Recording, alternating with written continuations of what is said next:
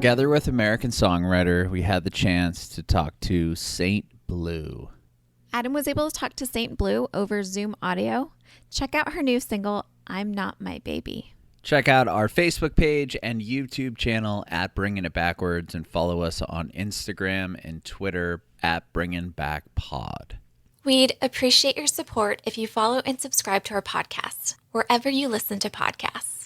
We're Bringing It Backwards with St.Blue. Hey, how's it going? Good. How are you? I'm good, thank you. Thanks for having me on. Yeah, thanks for doing this. I really appreciate it. Yeah, thanks so much for having me. So I've never actually done a podcast like this before. I've done a couple of radio shows, but yeah, this is the first. Very cool. I'm excited that we could be your first podcast. So our podcast is about your journey in the music industry and how you got to where you are today. Wicked. So let's start. Are you in London currently? No, I'm actually in Devon at the moment. I've just come back home to visit my family. So I've been here for about a week, going back to London on Tuesday, which would be nice. Oh, nice. Are you? Yeah. So you're from Dublin? Devon. So Devon. Southwest. So past Dorset, on the way to Cornwall. Okay, tell me about growing up there. Well, my parents actually moved here the last couple of years ago. They were in Dorset before, but it's kind of similar, but a lot prettier. It's quite near to the water, and it's like rolling hills. It's beautiful. It made a nice change from London. Yeah, totally. Where you grew up, were there a lot of like music venues or anything, places that you'd go hang out and watch music or anything? Yeah, I was originally born in Southampton. There's a place called Joiners. I don't know if those listening will know it. It's like kind of like an up-and-coming venue in Southampton. And there was a couple of sort of undergroundy ones in Chichester where my mum lived, which I used to go to as well, which was really cool. Nice. Yeah, that was where is it? That was before I moved to London. I moved to London around 22. Oh, okay. So how did you get into music originally? I actually, it was actually at uni, so kind of late. I always liked singing. I did like a couple of singing lessons, a couple of guitar lessons when I was younger. Mm-hmm. But I didn't actually get into doing it sort of a bit more seriously till I was at uni. I worked at this restaurant as a waitress, and they were advertising that they wanted live music every Friday. And so I plucked up the courage to go and ask if I could sort of audition, I guess. Mm-hmm. So I took a guitarist with me, and we did an audition, and we managed to get a slot there every Friday, which is really cool. Yeah. And then I started doing a few more events. That was at Bournemouth, which is also in Dorset. So played quite a few venues around there while I was at uni, and then went to music school for a year just to do vocal performance because my voice is quite breathy. So I wanted to get a bit more of the fine tuning, I guess. Mm-hmm. And then I played a lot of venues in London in my sort of early 20s, but then since then I've sort of just been focusing more on like my cover stuff. So that sort of tied me over. But in the last couple of years, I've got thinking I really do want to get my own music out there. So yeah. Wow. Very cool. You said that you had to do an audition to get that weekly slot or whatever at that bar that you played. Do you remember what song you did for the audition? Were you just doing cover songs, or did you already have original stuff? I think it was because when I was at uni, it was we used to have this night called Milk, and it was all sort of indie stuff. So like Bombay Bicycle Club, Two Door Cinema Club. Mm-hmm. So all the clubs.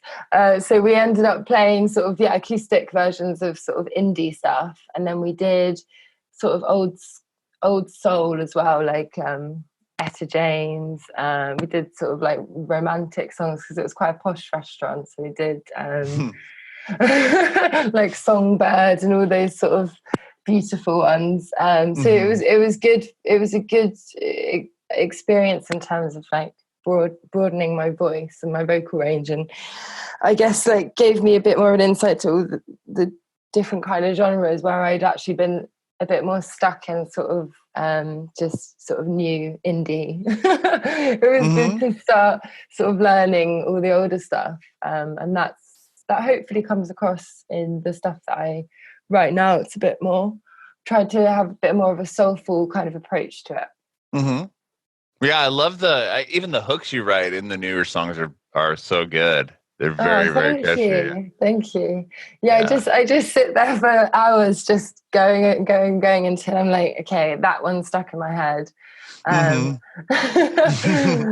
Otherwise it's just I can literally spend hours on it. Some days it's I'll sort of it will just come naturally, and other days it doesn't come at all. So yeah, that was one of the first ones I wrote from the EP, like since I've been releasing since November, but this is my third single, but it's actually the first one I wrote out of all of them. So yeah, I'm quite attached to this one. So that's the first song you said you ever wrote, or was that the first song that you wrote and wanted to release as St.Blue? Yeah, exactly. It's the first song I wrote of that collection, I guess. So Fault Lines was actually it was quite an interesting one. That was written. So the piano bit was written by a producer I had when I was about 21, 22, when I first moved to London. He was actually Paolo Nutini's pianist. So he produced some stuff for me in like the early days. And he also let me sing on that song Fault Lines, but it was completely different. It was a completely different song. I ended up getting it recorded and then sort of sitting with it for ages. I didn't really think if it was really my sort of vibe. But then when I started working with my producer at the moment, Louis, I played him that one from like an older collection, and he was like, you know, we could just try and rewrite it. And loads of other stuff sort of came over. I think because I've been living with the music for so many years, like that came a lot more naturally. So that was the first release, and then this one that's just come out now is the first one I've sort of written in this collection. Wow, that's exciting. Yeah. Yeah. So do you have a collection, like a new EP or an EP? Yeah. So I've got after this single, I've got one more single coming out, which will probably come out in September, I imagine, maybe August. Sort of as summer's tailing off. Called Faithless, and and then after that I'm going to get back in the studio and do a proper EP that all comes out at once at the end of the year. I want it to, I'm actually like already feeling like I want to have a bit more of a relaxed, sort of kicked back sort of sound, maybe a bit less pop, but I'm happy that the music at the moment is a bit like that, to hopefully get, you know, people are listening to it and stuff. And yeah, very cool. You went to a school for music, you said? For singing. How did you get into the school? Did you have to audition for that as well? Yes, I believe I did. Yeah, there was a couple that I looked at. There was also one in Kilburn, but everyone at that one, they were doing it instead of uni, sort of like a BTEC. And I'd already been to uni, so I didn't want to, I guess, it kind of felt like it might have been starting again, so I went to one that was a bit older. And yeah, that was wicked. I had a lot of teachers like correct my singing, because as I was saying, it's kind of breathy and it's not always the proper way you're supposed to sing, I guess. So it's always like I'm trying to make that mix between like what my original voice is like, and then trying to sort of hit the notes a bit more clearly at the same time. But yeah, that was just for a year. And so you had already went to uni and graduated and everything. Yeah, and I did something completely different at uni. Yeah. What did you go to uni for originally? Like what before deciding to be a musician? What were you trying to do? I did digital media actually, which is which was really difficult. I originally wanted to do graphic design. Oh, cool. And then I was doing graphic design, but I didn't really like the course. So I managed to switch to digital media design, which I thought would be the same, but it wasn't. It was literally website coding, making apps. Like it was so tough. But I thought, you know what, I'm just going to see this through to the end. Luckily, like my music was sort of on the side. So it was sort of okay. And then that sort of informed my decision to carry on with that instead of going to the digital media world. Yeah. So when did you make that decision? Like you're in college or you're going to school and then you finish and you're like, you know what, you didn't want to pursue what you had got the degree in? What No, was there a specific reason for that? It was really frustrating. I just found it, the course was incredibly hard. It wasn't what I was expecting. And it was, a lot of coding, and it was, I guess, quite kind of practical in some ways, but trying to work out if there's a full stop missing in like a whole line of code, or if there isn't, and you can just again sit there for hours just like being really frustrated because something's not working and you don't know why. So I was just like, no, I'm not sure about this. I will do the thing that is actually making me really happy at the moment. So yeah, it was kind of towards the end of the degree. I thought I wanted, yeah. What was the first song you ever wrote? Oh, it was one. It was one called "It Said," which is such a stupid name, and it sounds very singer songwriter and guitar sort of thing. Some of my friends from home, that's still their favorite. I think just because they're attached to it from the time. But yeah, I wouldn't go singing it any day soon. No, really. Did you ever have another project aside from St.Blue, or was that kind of your first project you took seriously? I had other projects before, but nothing as serious as, we're getting ready to release and things. I did join a group about 3 or 4 years ago that it was going to be a bit like the XX, and that was cool. really cool. It was sounding really good. Like there was 2 guys working on it, and their songwriting was really wicked. But we just lived so far away, and it was becoming difficult to actually make it work. And I think they ended up doing a different project in the end. But just want to. I guess it would be cool to do lots of different things, really.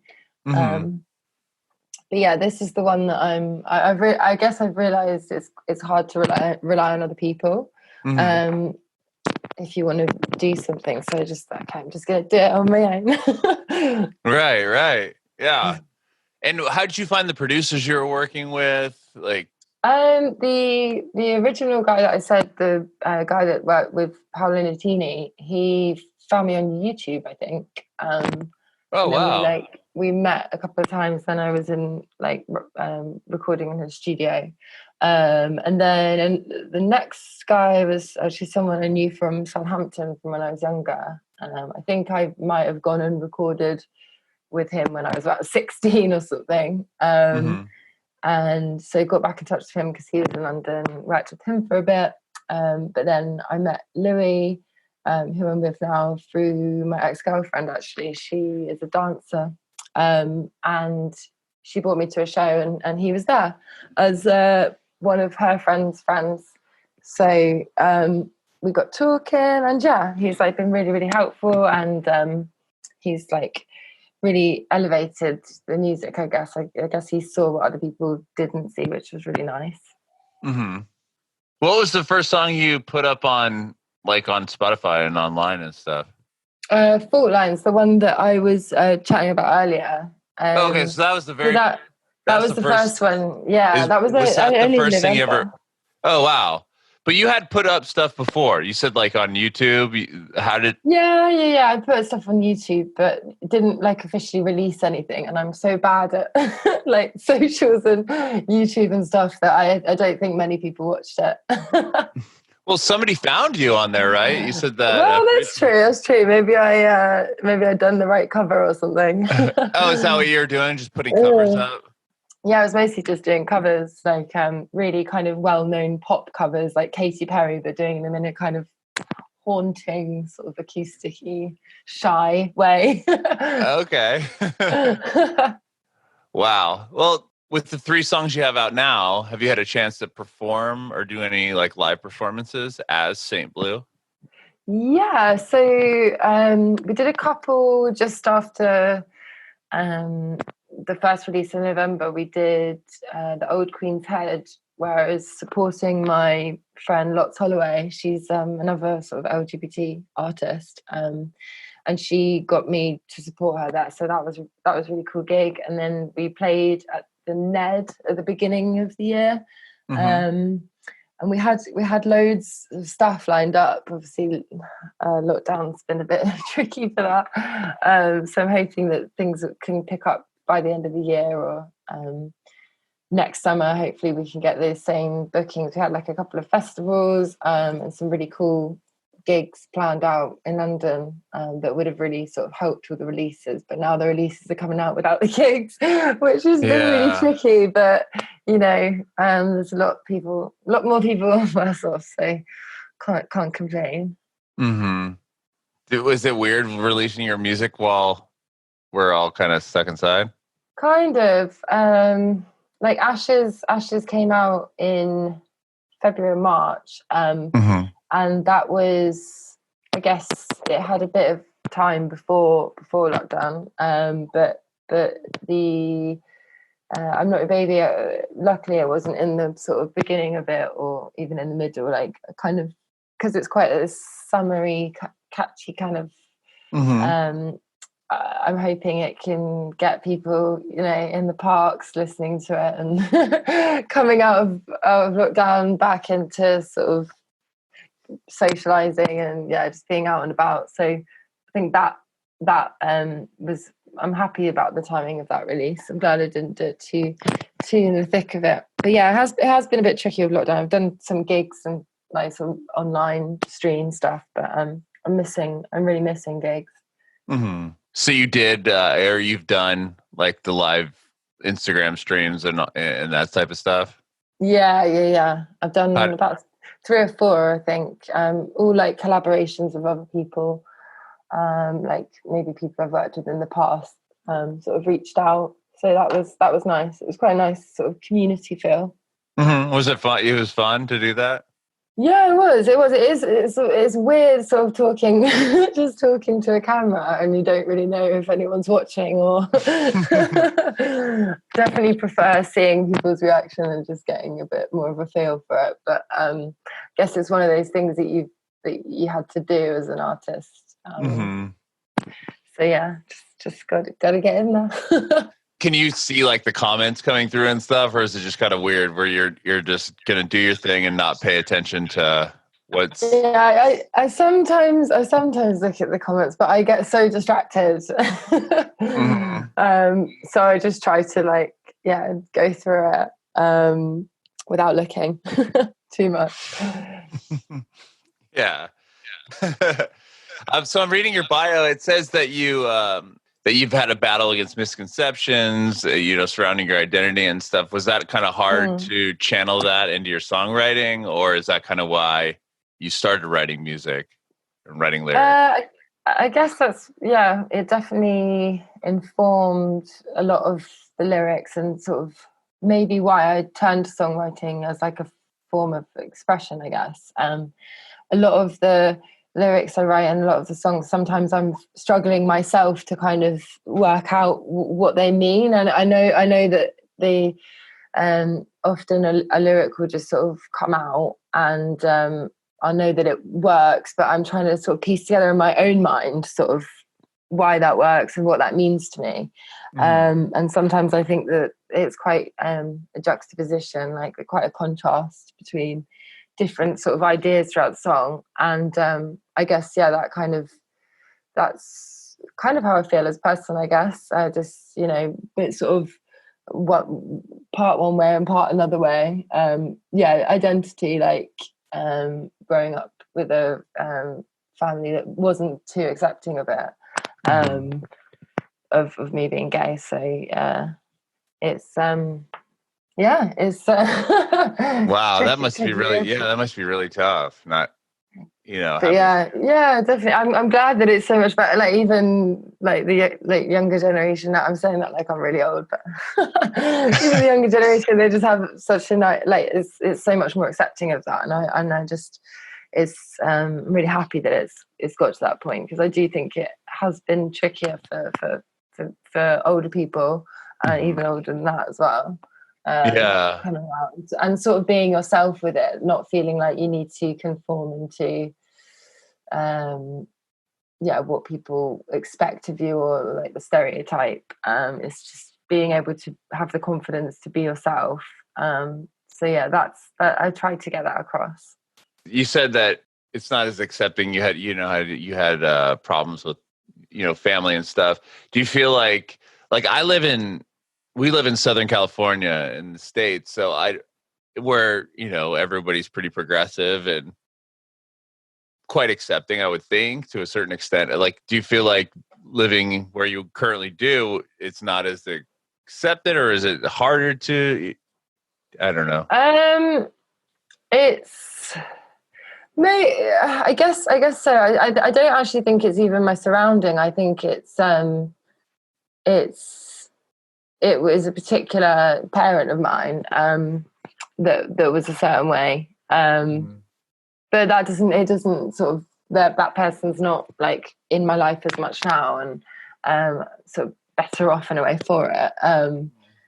But yeah, sorry, this is getting very deep. Oh, I'm sorry. We don't have to go that way if you don't want. No, it's good. It's good to talk about.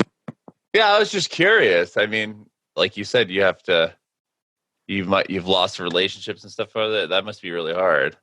Yeah, definitely. But it's good. I guess a lot of those relationships were formed on this sort of other character that I had developed. Like this, I mean, about identity. Like, I maybe was trying to be a certain way a lot of my life to be a certain way for somebody. And then I sort of got to the point where I thought, actually, no, I'm just going to do my own thing. And if that doesn't fit into it, then it doesn't fit into it. And I'm just I feel a lot happier and like more confident as a result of just having that strength, I guess. Mm-hmm.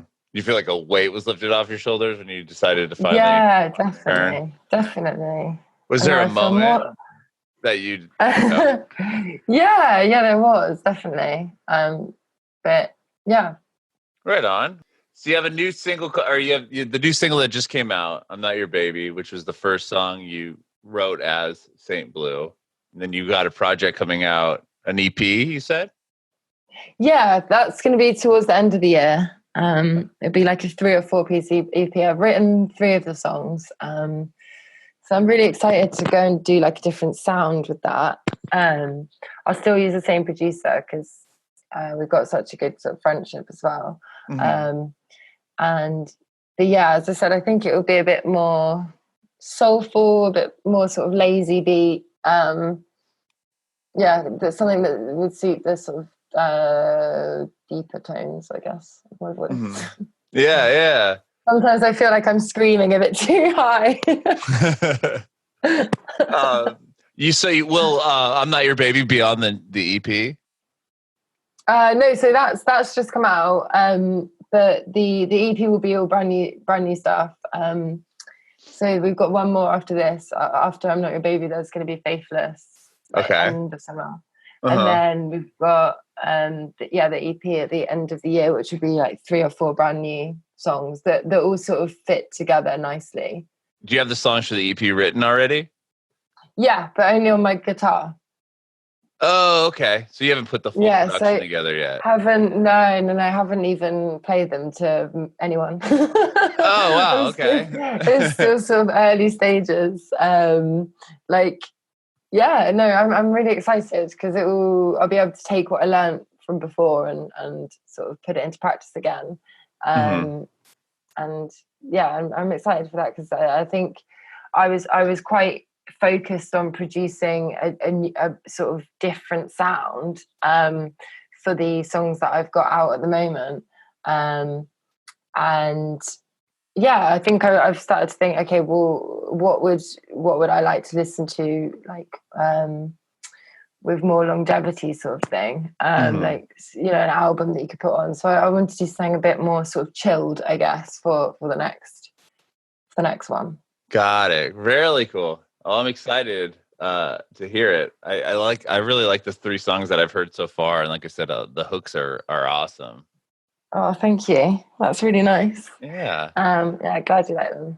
Well, I appreciate you taking time out of your day to talk to me today. It's been fun. Thanks I so much appreciate for it. having me. Yeah. No, it's nice. I'm not doing much. I'm literally just in the countryside, like bumming around. Are you guys still on pretty tight lockdown? It's not really that tight anymore. But I mean, yeah, there's people who start going like out to parks quite a lot. Not social distancing, if I'm honest. Like, if you look at the parks in London, like no one is doing it.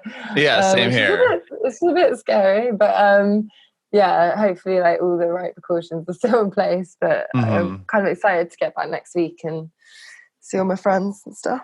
Yeah, I heard London was a pretty bad spot for the coronavirus and everything.